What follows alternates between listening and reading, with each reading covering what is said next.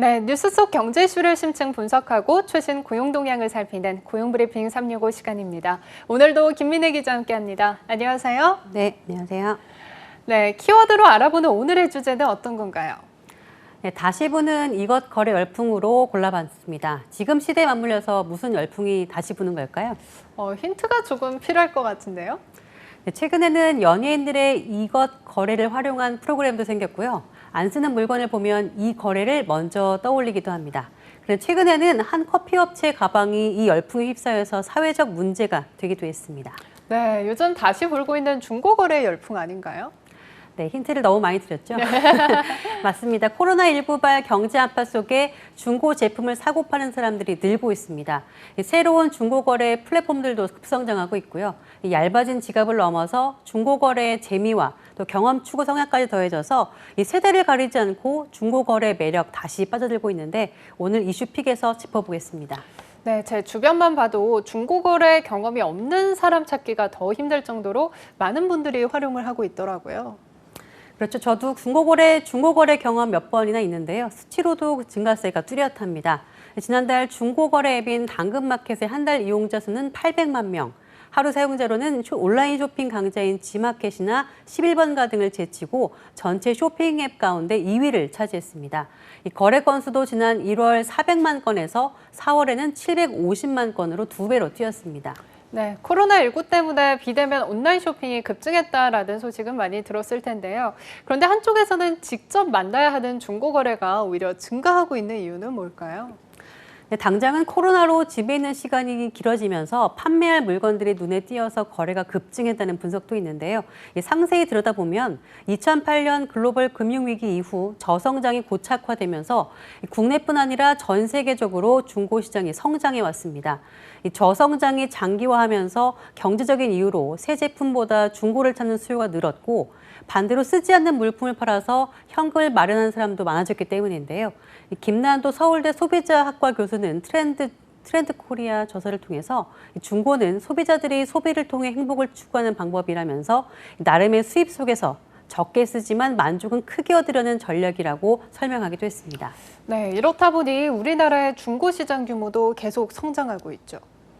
네, 2008년 한국 중고시장 규모는 4조 원대로 추산됐지만 글로벌 금융위기 이후 중고나라를 중심으로 중고 거래 시장이 점차 커지면서 현재는 약 20조 원 규모로 성장했다고 하는데요.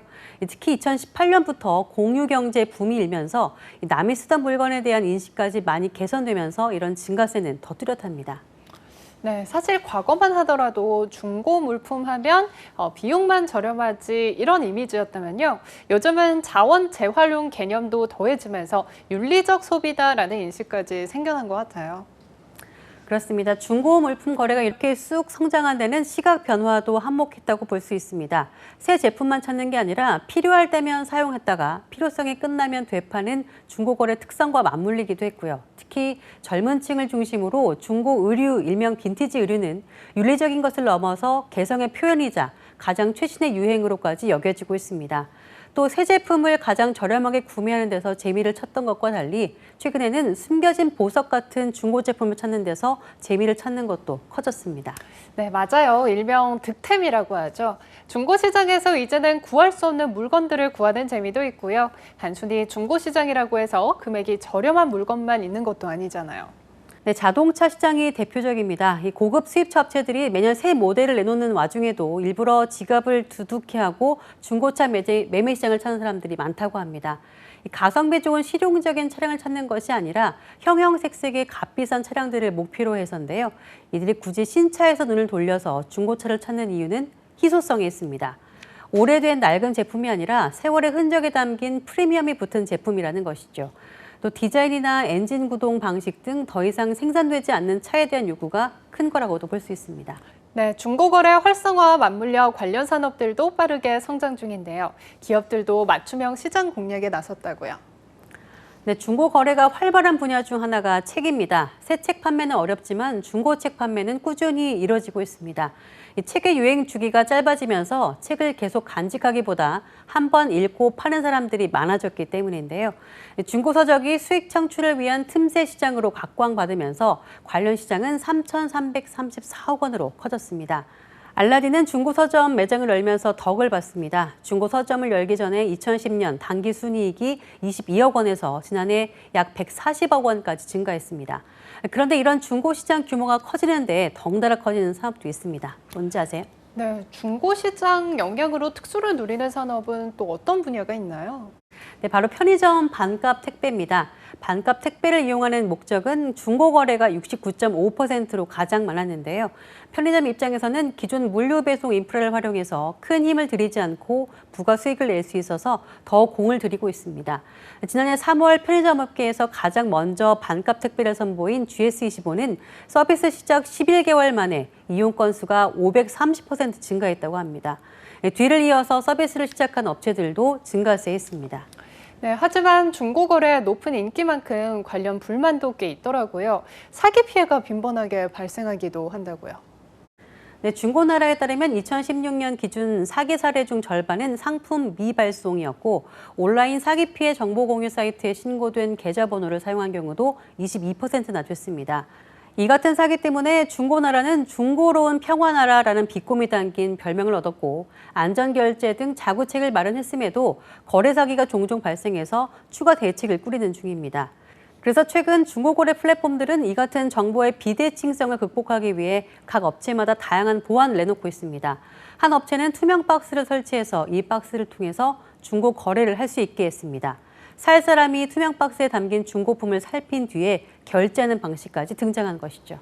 네, 그렇군요. 안전한 중고나라 시장이 형성됐으면 하는 바람입니다. 다음은 이용한 경쟁어만을 쏙쏙 골라 소개하는 뉴워드 시간이죠. 오늘은 어떤 단어 준비하셨나요?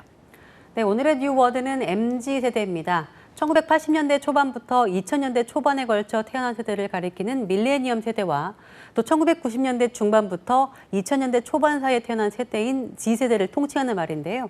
중고 시장에서도 이들의 영향력은 대단합니다. 이 MZ세대에게는 중고 거래를 통해서 타인의 경험을 소유하고 소통할 수 있는 또 하나의 방법이라고 하는데요. 디지털 환경에 익숙한 MZ세대는 모바일을 우선적으로 사용하고 또 최신 트렌드와 남과 다른 이색적인 경험을 추구하는 특징을 보입니다. 네, 유통업계에서도 이 MZ세대를 사로잡기 위한 전략 상품들을 쏟아내고 있다고요. 네, MZ세대는 현재 세계 인구의 32%를 차지하고 2020년까지 미국과 유럽에서 가장 큰 소비자 그룹으로 꼽히기도 하는데요. 이들은 미래의 소비자인 동시에 이미 구매력을 과시하는 소비자 그룹으로 부상하면서 기업들은 이에 발맞춰 상품은 물론 마케팅도 이색적인 경험 등을 녹이는 방식으로 전략하고 있습니다. 네, 새로운 세대를 통해 상품의 영역도 산업의 영역도 확장해 가고 있는데요.